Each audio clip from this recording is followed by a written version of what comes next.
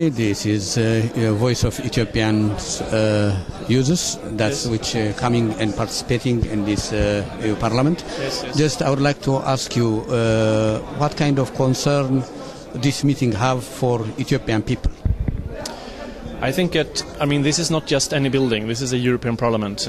People in here, they have financial power and they have political power and they have a leverage and an opportunity to make a difference. So I think I'm really happy that we managed to bring this seminar to the European Parliament and to have a chance to discuss not only in general the situation, but about Reota Lemo, Skindenega, Wubshetaya, and to in this and many others, many others, and to do this in this corridors of power, it is important, and it doesn't make them free, and I don't think that they have any unrealistic ideas either of the importance of this seminar. But I know myself when I was in Kaliti, if maybe a visitor came and said that, well, I heard on the radio or I watched this on some foreign satellite TV that they had a seminar in the parliament and your case was discussed and there were major hotshot politicians and they said that we need to step up our activities. We need to go from just seminars to action. If I heard that, I would smile. I would go to bed with a smile on my face in that night in Kaliti. So I hope that this seminar also can send such a signal. You are not forgotten. The European Union, they really fought to get me and Johan out, but now they have to keep fighting to get all the others out, because it's a matter of human rights and about fundamental principles that this European Union was built on, and we have to keep the searchlight on Kaliti.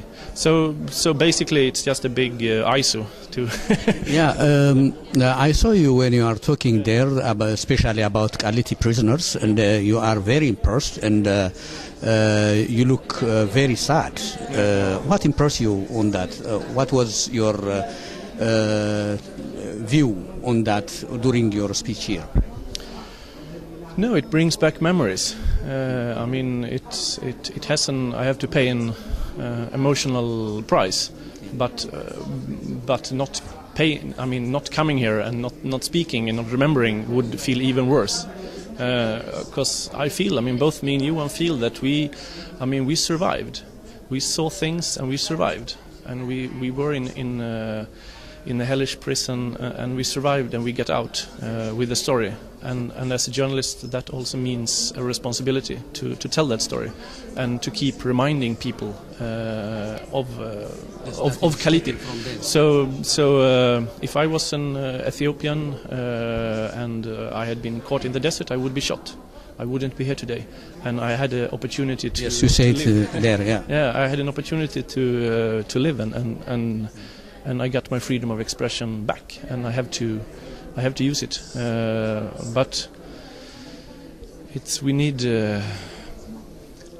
There's a lot. They're really. We need both courage and we need patience, because it's also it's a marathon. It's a marathon to run, but it's really sometimes I feel that it's really the ones in Kaliti who are fighting for our press freedom, rather than we on the outside who are fighting for theirs. It's they who take the big hit, who do the big sacrifice. Just to ask you one more question, it is about when you appear to the court in Ethiopia, yes. And you know the truths, why you go there, why you are there, or what, and you know many truths about it. And when you heard in court about yourself, when they are telling you this false accusation, what do you feel and what you compare from your country?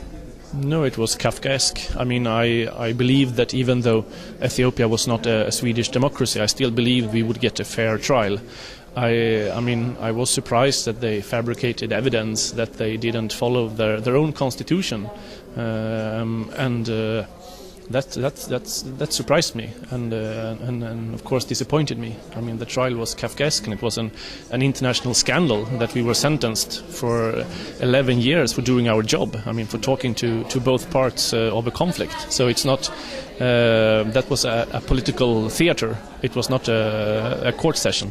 But At that time, I mean, we were not free. We could not say everything because it would have consequences. But now, I mean, I'm free. But I wish at that time, if I had had Abdullah's films, imagine, oh la la, that would be something. But now we have he couldn't leave at that time, but now we have the films and the material, and it's not longer a matter of opinion. It's not my word against their word. We have facts, and facts is, I mean, facts are facts. You can have your own opinion, but you can't have your own facts.